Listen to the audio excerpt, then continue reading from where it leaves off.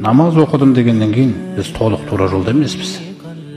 Сосын Алла Тағала бізді тура жолды үйретеді. Тура жол деген жаңағы сіз күніне 5 уақыт намаз оқысаңыз, Аллаға серік қоспасаңыз, зікірлерді таңғы кешкі жасасаңыз, сонымен бітті деген сөз емес.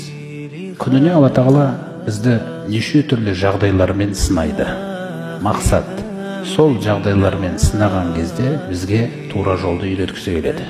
Тура жолдың мінездерін. Сол сынақтардың кезінде мен тура жолды көрсету керекпін.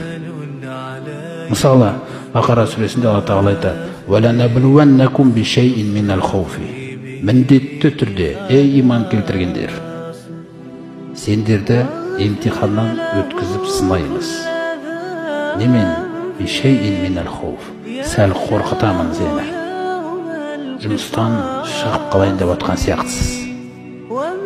Сокращение деген ғой, қысқарту. Сол кезде сізден андай ой болса, енді қайтем, ризық қалай болады екен?